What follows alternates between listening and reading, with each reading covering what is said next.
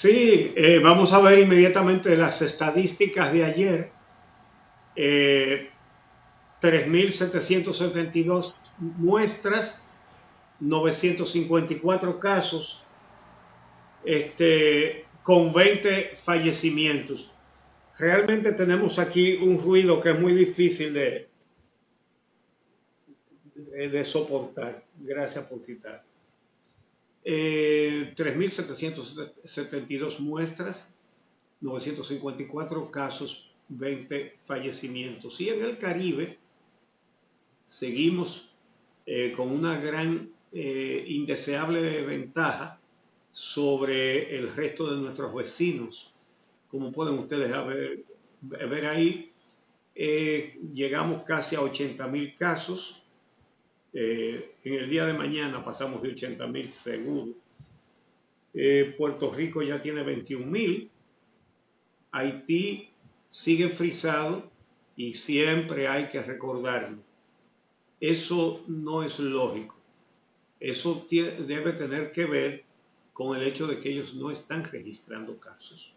Eso parece que eso no está organizado allá. Y por eso tenemos muchos días viéndolos en 7.000 y pico de casos. Crece muy lentamente y ya quisiéramos que ese crecimiento tan lento fuera porque los casos son pocos. Ojalá que fuera así. Pero realmente es para dudar. Cuba, con mucho menos casos, y Jamaica es la Antilla Mayor a la que mejor le ha ido, o a la que menos mal le ha ido, para decirlo con más propiedad. Esta cantidad de contagiados en la República Dominicana, con el sistema hospitalario con pocas camas, con la gente clamando por pruebas que no aparecen, nos hace pensar que hay un dato terrible en un reporte sobre las compras que ha hecho Compras y Contrataciones, donde encontramos que desde abril el gobierno dominicano no compra una sola prueba PCR desde abril. Esto es realmente imperdonable. Lo que se necesitan son pruebas PCR para enfrentar la pandemia. Diría cualquier simplista, pero las pruebas no curan a la gente. Pero las pruebas indican quién está contagiado y entonces se pueden tomar acciones para evitar que siga contagiando y para buscar a los que ya fueron contagiados y aislarlos también. Eso es fundamental para contener la pandemia.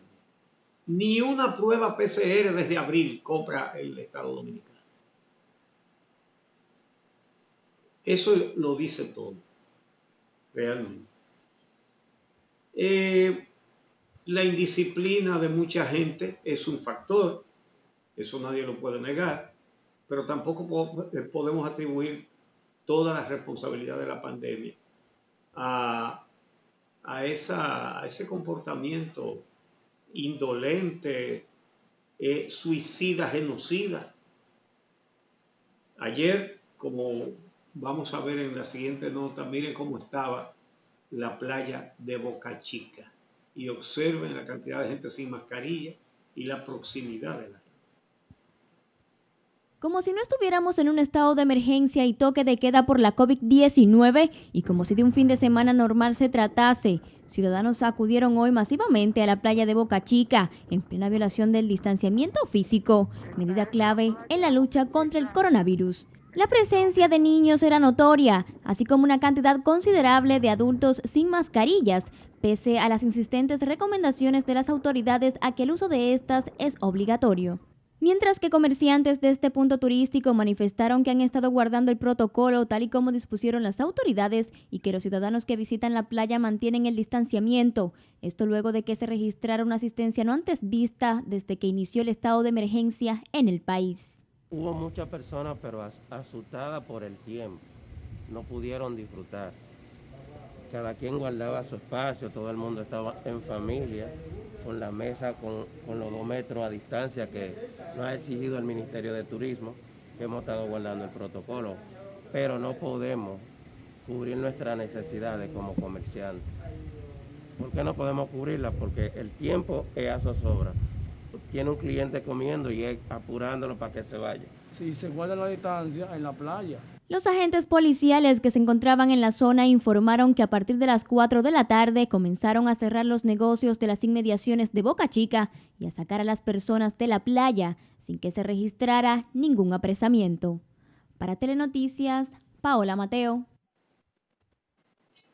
Bien, por otro lado, el gobierno extendió por otros 25 días el toque de queda.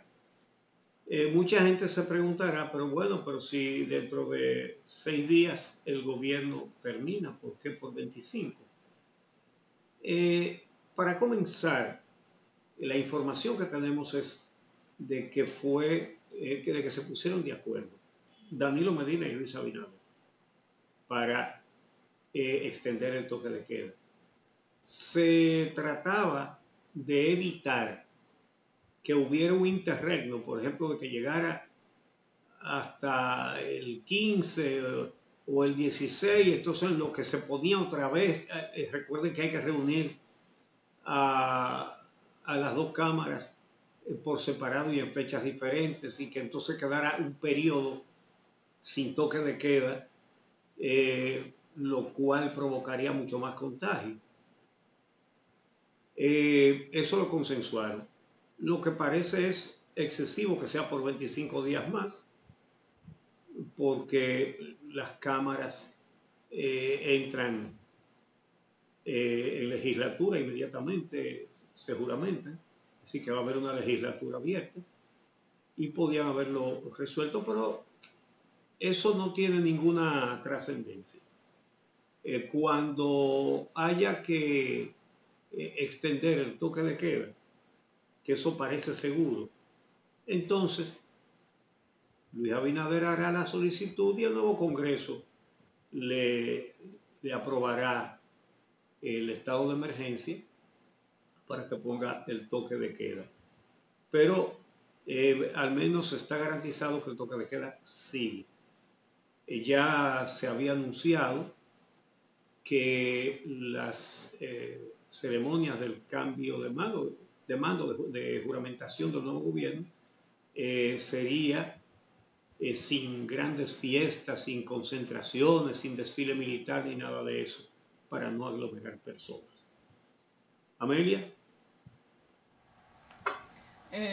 Uchi, cada vez son más las voces que reclaman que no solamente se extiende el toque de queda, sino el horario del toque de queda, sobre todo desde el sector salud. Esta ha sido una propuesta que se manifiesta de forma constante, que entienden que es necesario que en algún momento el candado se ponga más grande en la República Dominicana, que haya menos posibilidades de movilidad. Incluso hemos escuchado propuestas de que este toque de queda se establezca por 24 horas, al menos una semana, durante 7 días consecutivos, en busca de que haya una disminución mayor de la pandemia o del impacto de la pandemia en nuestro país. Y esto tiene que ver con el incremento de casos que hemos visto y la cantidad de víctimas mortales que cada vez es mayor. En el boletín de hoy decíamos que habían muerto 20 personas más para un total de 1.300 personas, 1.309 personas fallecidas en nuestro país. Pero durante el fin de semana no podemos olvidar que el viernes se reportaron 13 muertos, el sábado se reportaron 30 para un total de 63 personas fallecidas como consecuencia del coronavirus, reportadas durante los boletines de viernes, sábado y domingo. Esto nos indica que la cifra continuará en aumento si seguimos así, porque hay casos que se complican, sobre todo las personas que tienen comorbilidades, que tienen algún problema de salud previo, de esos que ayudan a complicar el coronavirus, la diabetes, la hipertensión, son algunos factores que complican el estado de salud de personas, sobre todo de los adultos mayores. Y en este momento tenemos una circulación mayor del virus. Una parte de la población que se contagia está relacionada con gente que quizás no guarda el distanciamiento físico, gente que no se está cuidando, gente que ya ha tomado esto de relajo, que entiende que lo que la policía hace cuando se mueve enredadas por los barrios es molestar. E incluso uno puede entender que no se vive igual un estado de emergencia con un confinamiento en una residencia grande que como se vive en muchos de nuestros barrios donde las viviendas son pequeñas y la gente está hacinada o la gente vive con familias numerosas en espacios muy pequeños. Es muy difícil estar encerrado todo el tiempo. Ahora, hay una relajación de las medidas a un punto en el que también tenemos que seguir llamando la atención. Hay quien dice, bueno, es que no le puedes reclamar peras al olmo. Sí, porque la gente poco a poco tiene que ir aprendiendo. Cuando ve a un familiar, a un vecino grave, entonces se asusta. Vamos a ponernos las mascarillas, si vamos a sentarnos en la acera, guardemos cierta distancia. Uno tiene que también tratar de ser comprensivo ante esa realidad, pero esto no puede ser el factor que prime para uno entender que no le puede exigir a la población que vive o que está en zonas un poco más complicadas o zonas de mayor nivel de pobreza, que tal vez tiene dificultades para estar 24 horas en una casa muy pequeñita, que no le pidamos que por favor utilicen las mascarillas. Es eso, por lo menos pónganse la mascarilla, no se la pongan aquí en la barbilla, eso es importante. Por otro lado está el tema de que la manera en la que se han relajado las medidas no solamente está vinculada con los sectores populares, por decirle un nombre. La violación de las medidas se da a todos los niveles. Mientras unos lo hacen en la calle, otros lo hacen en un lugar cerrado, en una residencia, en una terraza, en una casa, se hacen las fiestas y se hacen los encuentros.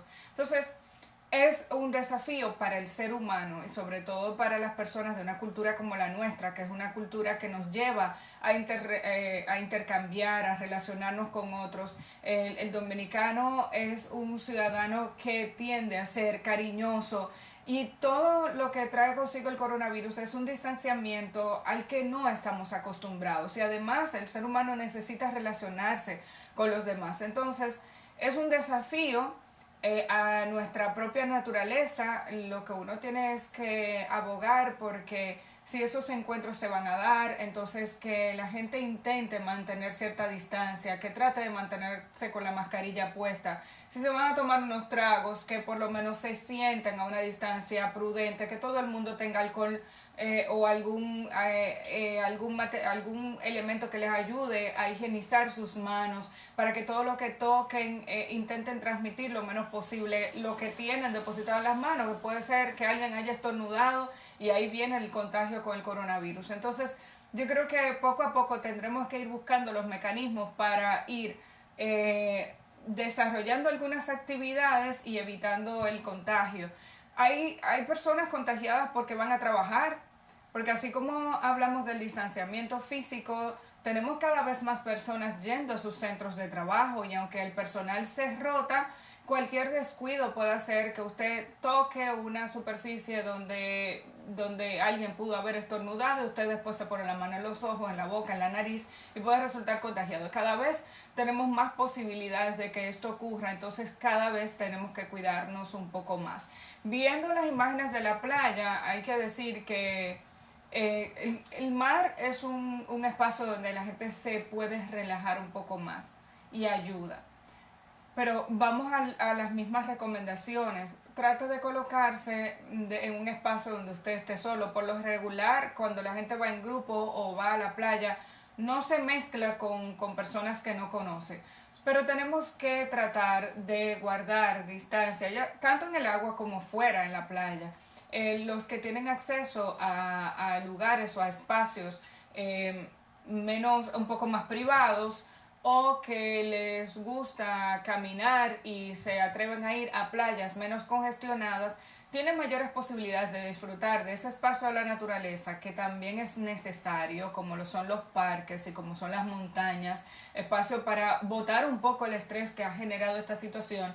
Pero hay una parte importante que tiene que ver con los niveles de conciencia que usted mismo tiene que ir generando para ir aprendiendo cómo manejarse con esta pandemia y cómo usted puede manejar digamos, una salud emocional de forma adecuada y a la vez cuidarse físicamente y cuidarse de no contagiarse. Finalmente decir que hacemos todas estas recomendaciones porque inquietan declaraciones como las del director del Servicio Nacional de Salud, Chanel Rosa, quien decía este fin de semana en unas declaraciones a un medio de comunicación que si bien es cierto que el sistema de salud no ha colapsado, podría hacerlo.